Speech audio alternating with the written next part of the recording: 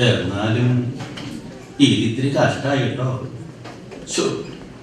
എന്തായത് ഇഷ്ടമില്ലാത്ത വേടി വന്ന അന്തർജനങ്ങൾ മരിക്കുക ചെയ്യാൻ ഒന്നോർത്ത ആ കിഴവനെ വേടി കഴിക്കുന്നതിന് നല്ലത് മരിക്കുക. ശിവ ശിവ, ഇതിലും ഭേദം ആ ഉണ്ണിമാരുടെ വേളി അങ്ങനെ നടത്തായിരുന്നു. ആ പാപ ഉണ്ണിക്ക് ഒന്ന് കാണാനെങ്കിലും പറ്റുമാവോ? വന്നാലും അതിന് സമ്മതിക്കോ? ആ വിശുദ്ധ തൊമ്മായുടെ കൂടെ ആ മകം മാറികളും വരുന്നുണ്ട്. ആ ചണ്ടാലിനെ അടിച്ചൊഴിക്കുക വേണ്ട. യഹൂദർ അടക്കം ചെയ്ത ലാസറിനെ ഉയർപ്പിച്ച കർത്താവേ, അങ്ങയുടെ നാമമഹത്വത്തിനായി ഈ സാധു യുവതിയുടെ മേൽ അവിടുത്തെ കൃപ ചൊരിയണമേ. മക്കളെ,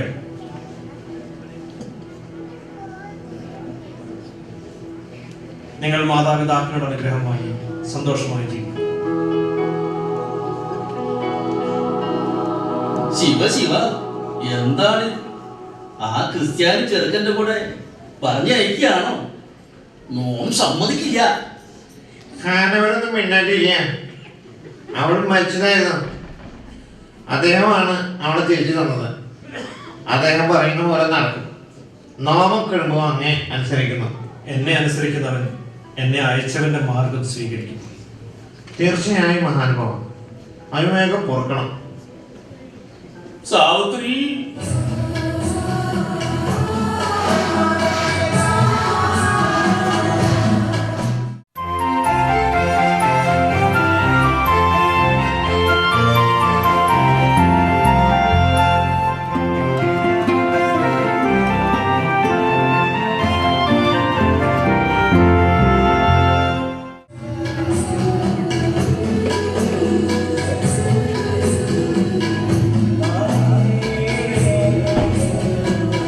ആ തോമാക്ക് എന്തോ മാതൃക ശക്തി ഉണ്ടെന്നാണ്. അത് തന്നെ. എന്നാലും ഇതുവരെ ഇങ്ങനൊരു ജന്തുവിനെ നമ്മൾ കണ്ടിട്ടില്ലല്ലോ. ഒരുപക്ഷെ നമ്മൾ അയാളെ തല്ലാൻ പോയ കാര്യം അയാൾ അറിഞ്ഞോ എന്തോ. ആഹാ, അവര് ഇവിടെയും കുരിശു വച്ചോ? അതെപ്പോ സംഭവിച്ച്? ഞാൻ കേട്ടായിരുന്നു, നാളെയോ മറ്റോ ഇവിടെ കുരിശ് സ്ഥാപിക്കാൻ ആ തോമ വരുന്നുണ്ടെന്ന്. ഈ കുരിശ് അങ്ങോട്ട് മാറ്റിയ എങ്ങനെ കുരിശ് സ്ഥാപിക്കും അറിയാലോ? അത് കൊള്ളാം. ഇതിനി ഇവിടെ നിൽക്കണ്ട, പൊക്കിക്കോടാം.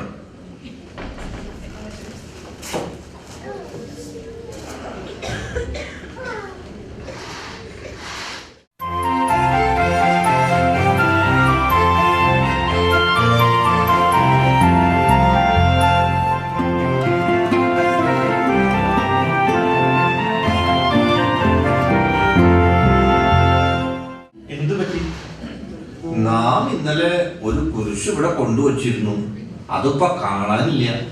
സാരമില്ല, സർവശക്തനായ കർത്താവ് ഇവിടെ കുരിശ് സ്ഥാപിക്കാൻ എന്നെ അയച്ചിട്ടുണ്ടെങ്കിൽ സമയമാകുമ്പോൾ കുരിശ് തീർച്ചയായും വരും.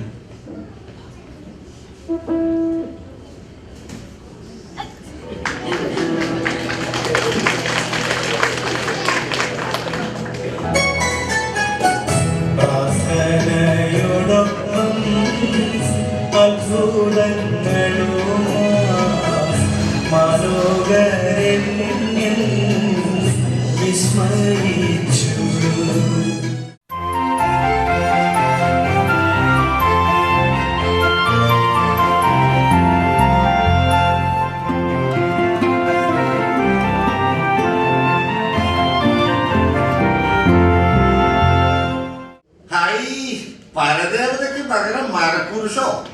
കൊടുങ്ങല്ലൂരും പാലയൂരും നിരണത്തും കോക്കമംഗലത്തും നിലയ്ക്കലും മലയാറ്റൂരും ഒക്കെ ആ ശുംഭൻ ക്രൈസ്തവ ദേവാലയങ്ങൾ പണിതു അത്രേ. ഇനി അവൻ ഇങ്ങോട്ടാ വരണേന്ന് കേട്ടു. നാം കാണിച്ചു കൊടുക്കണുണ്ട്. അപ്പൊ കൊത്തി കൊത്തി മുറത്തിക്കേറി കൊത്തി. അത് തന്നെ നാം ഒന്നങ്ങ് തീരുമാനിച്ചിട്ടുണ്ടേ. അവൻ ഇങ്ങോട്ട് വരുമ്പോ എഴുന്നള്ളിക്കാൻ നിർത്തിയിരിക്കണ കൊലകൊമ്പൻ കേശവനെ ഞങ്ങളെ ഇറക്കി വിടും. അവൻ ആ ശുംഭന്റെ പണി അങ്ങോട്ട് തീർക്കും. അവൻ ദൈവകൃപ ഉള്ളവനാണെങ്കിൽ കേശവൻ എന്തെങ്കിലും ചെയ്യുമോ?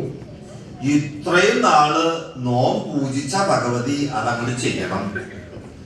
കാഞ്ഞിരക്കാടൻ പറഞ്ഞ വാക്കാ. ഇന്ന് ഭഗവതി തോമായുടെ പണി കഴിച്ചില്ലെങ്കിൽ നാം ഇപ്പൊ സത്യം ചെയ്യുന്നു. ഈ ഭഗവതിയുടെ വിഗ്രഹം അങ്ങോട്ട് മാറ്റിയിട്ട് നമ്മൾ ആ മരക്കുരിശ് അങ്ങോട്ട് സ്ഥാപിക്കും. ആരെതിർത്താലും നാം അത് ചെയ്യും. ഇത് നമ്മുടെ ശബദ.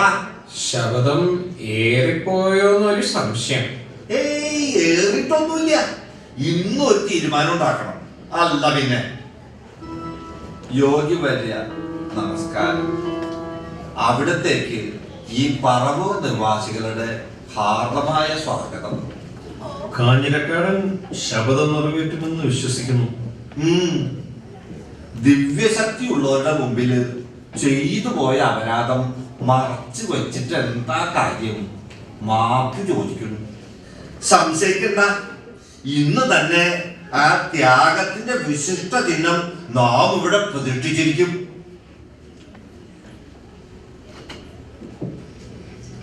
സന്തോഷം. കേരളത്തിൽ എൻ്റെ ജോലി ഏതാണ്ട് പൂർത്തിയായിരിക്കുന്നു. ഇതിന്റെ പുരോഗതി നിങ്ങളുടെ സുശക്തമായ കരങ്ങളിൽ സുരക്ഷിതമായിരിക്കുമെന്ന് നാം വിശ്വസിക്കുന്നു. നമ്മുടെ പ്രവർത്തനം ഇനി പാണ്ഡ്യനാട് തുടർന്നുള്ള ചോളനാടായിരിക്കും.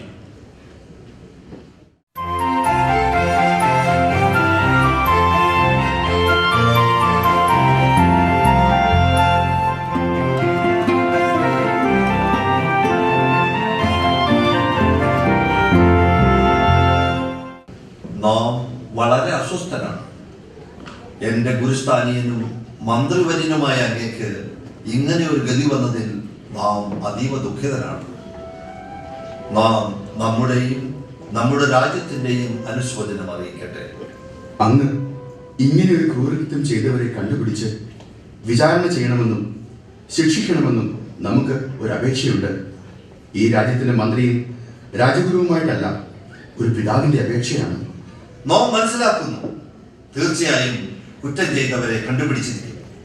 പക്ഷേ പുരോഗത ശ്രേഷ്ഠനായ അങ്ങ് ആരോപിച്ചതുപോലെ വിശുദ്ധ തോമ താങ്കളുടെ കുഞ്ഞിനെ വിഷം കൊടുത്തു കൊല്ലുമെന്ന് വിശ്വസിക്കാൻ പ്രയാസമാണ്. ഇന്നലെ എൻ്റെ മകൻ തോമയുടെ വാസസ്ഥലത്ത് പോയിരുന്നുവെന്നും അവിടെ നിന്ന് പാനം ചെയ്തിരുന്നുവെന്നും അങ്ങേക്ക് തോമയുടെ ശിഷ്യരോട് ചോദിച്ചാൽ മനസ്സിലാക്കാവുന്നതേ ഉള്ളൂ. അവിടെ നിന്ന് വന്നയുടൻ എൻ്റെ മകൻ മരിച്ചു വീണു. താങ്കൾ പറയുന്നത് പൂർണ്ണമായും നാം വിശ്വസിക്കുന്നു. താങ്കൾ പറഞ്ഞ പോലെ തന്നെ ആകട്ടെ. ആരവിടെ? അടിയൻ തോമായുടെ ശിഷ്യന്മാരെ ഉടൻ കൊണ്ടുവരും. തോമാക്ക് താങ്കളോട് ഇത്രയും വിരോധം തോന്നാൻ കാരണം?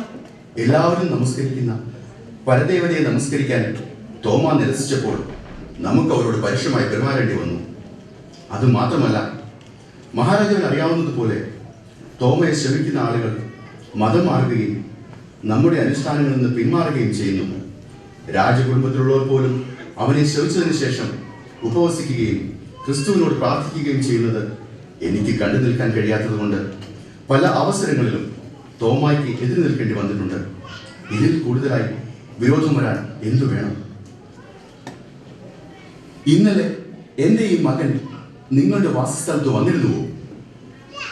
വന്നിരുന്നു. എന്തിനായിരുന്നു വന്നത്?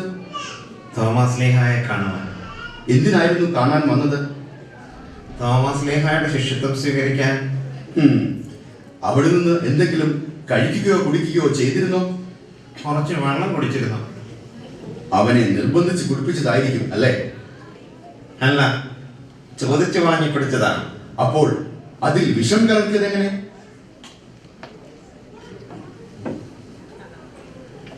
പുരോഹിത ശ്രേഷ്ഠ, അങ്ങയുടെ ധാരണ വെച്ചുകൊണ്ട് അങ്ങ് സംസാരിക്കുന്നു. ഞാൻ എതിർക്കുന്നില്ല. പക്ഷേ എനിക്കൊരു സംശയം തീർത്താൽ കൊള്ളാമെന്നുണ്ട്. തോമായുടെ വാസസ്ഥലത്ത് വന്ന് വെള്ളം കുടിച്ചെന്നറിഞ്ഞപ്പോൾ ആ അവസരം മുതലാക്കി അവൻ അല്പം വിഷം കൊടുത്താൽ ആ കുറ്റം ചുമത്തി തോമായെ തകർക്കാമെന്ന് വ്യാമോഹിച്ച ഏതെങ്കിലും വിദ്വാൻ കൊടുത്തതാകാമല്ലോ. അങ്ങനെ ആകാം. പക്ഷേ ആര് കൊടുക്കാൻ? ആ സാഹസം കാണിച്ച അതിബുദ്ധിമാൻ താങ്കൾ തന്നെയെന്ന് ഞാൻ പറയും. ഹൃദയശൂന്യന്മാരെ അങ്ങനെ പറയുകയുള്ളൂ. സ്വന്തം മകന് വിഷം കൊടുക്കാൻ ഏതെങ്കിലും പിതാവിന് കഴിയുമോ? മകൻ അനുസരണയില്ലാത്തവനായാലോ? എന്നാലും കഴിയില്ല. സ്വന്തം മകൻ ശത്രുപക്ഷത്തേക്ക് പോയാലോ? എന്നാലും കഴിയില്ല. ഇങ്ങനെ അങ്ങ് ബലം പിടിച്ചാൽ സത്യം അങ്ങയുടെ പുത്രൻ തന്നെ പറയേണ്ടി വരും. ചത്തവനെ കൊണ്ട് സത്യം പറയിക്കാൻ നടന്നത് തന്നെ.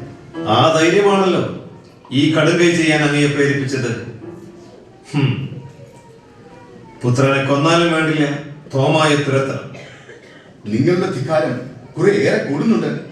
അങ്ങയുടെ ധിക്കാരത്തിനുള്ള മറുപടി അങ്ങയുടെ പുത്രനെ കൊണ്ട് തന്നെ പറയിക്കാം.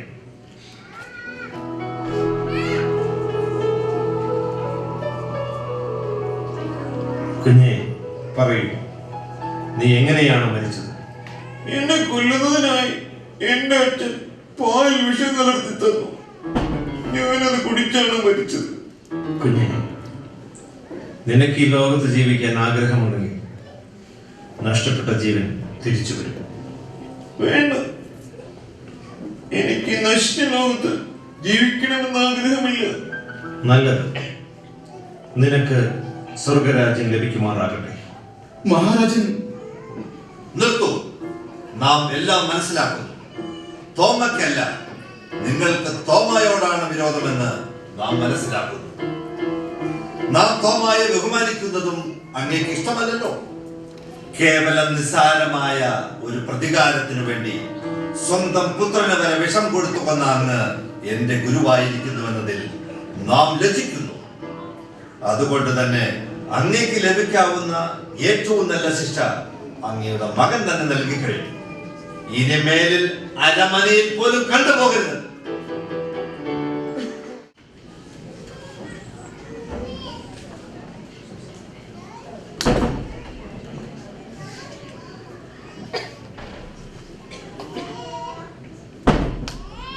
ഞങ്ങൾ അങ്ങയുടെ ഉപ്പും ചോറും തിന്നുന്നവരാണ്.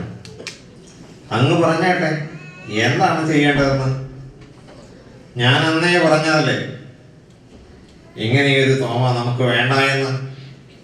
അന്നേ ചെയ്തിരുന്നുവെങ്കിൽ അങ്ങേക്ക് അങ്ങയുടെ മകനും സ്ഥാനവും നഷ്ടപ്പെടില്ലായിരുന്നു.